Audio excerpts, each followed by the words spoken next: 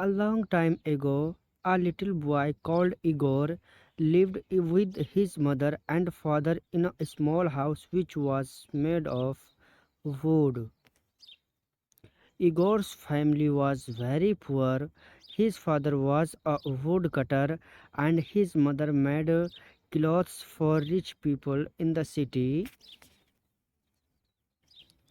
Their house was in the middle of a large forest in the north of Russia. In summer, the days were long and the forest was alive with the sounds of birds singing to each other.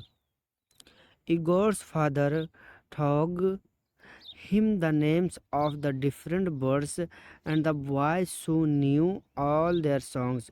But in winter, the days were very short and there was deep snow everywhere. The forest became quiet because the birds left to spend the winter months in warmer countries. One winter, Igor became ill. His mother made special food and drink for him, but he only got worse. The doctor from the city came to see Igor and spent some time talking with the boy and looking at him. Then he spoke to Igor's mother and fathers. He is very ill, but I don't know what's wrong with him. This winter, many young children all over the country are becoming ill and dying, and nobody knows why. I'm sorry, but there is nothing that I can do to help. Give him lots of good things to eat and make sure that he gets lots of sleep during the next few days.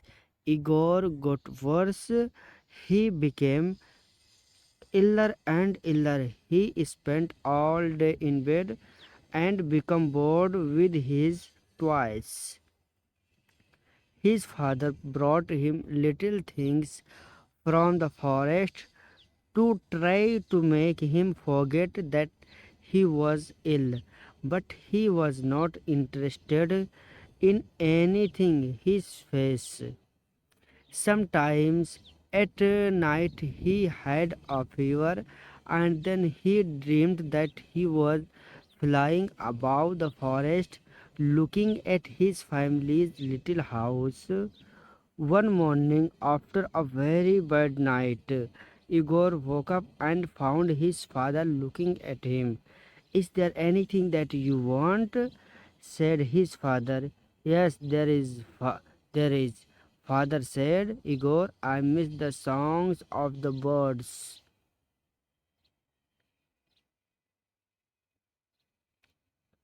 Could you catch a bird and put it in a cage for me? If you put the cage above my bed, I can listen to the bird singing and remember the sounds of the forest. Of course, little Igor, said his father, smiling. I'll bring you your bird tomorrow. But he knew that now it was winter. There were no birds in the forest. This was the only thing that his son wanted. He could not give it to him. Perhaps you could make him a bird out of wood, said Igor's mother. You could use one of those little pieces of wood that we usually burn on the fire. It was a cold, snowy day, and the forest trees were hard to cut. But all day while he was working, Igor's father thought about how to make his son a bird out of wood. Of course, it will never sing, he said to himself, but perhaps if it's very beautiful, little Igor will like it just. After dinner that night, he started making the bird. The first few times that he tried were no good. The finished birds were all too fat and too heavy to fly. He put them one by one on the fire. It was now the middle of the night, and outside more snow was falling. Then he suddenly said to himself, I know the bird needs to be just two pieces of wood. If I cut the wood carefully, the bird I can have real feathers. First, he took a piece of wood for the head, body, and tail. He began with the tail, cutting the wood into feathers with his right hand. Then, with his left hand, when he was happy with the tail, he took some one more wood for the wings. He cut them out carefully. It all took a long time because sometimes the feathers broke and he had to again. But in end he finished it. While the sun was beginning to come up, he showed the bird to his wife. It's beautiful, she said, but it's not ready yet. She took a needle and some thread and carefully sewed the ends of the tail feathers and wing feathers together. Soon the feathers were all together, just like on a real bird. Then she tied a long thread this way this way they could hang it above Igor's bed.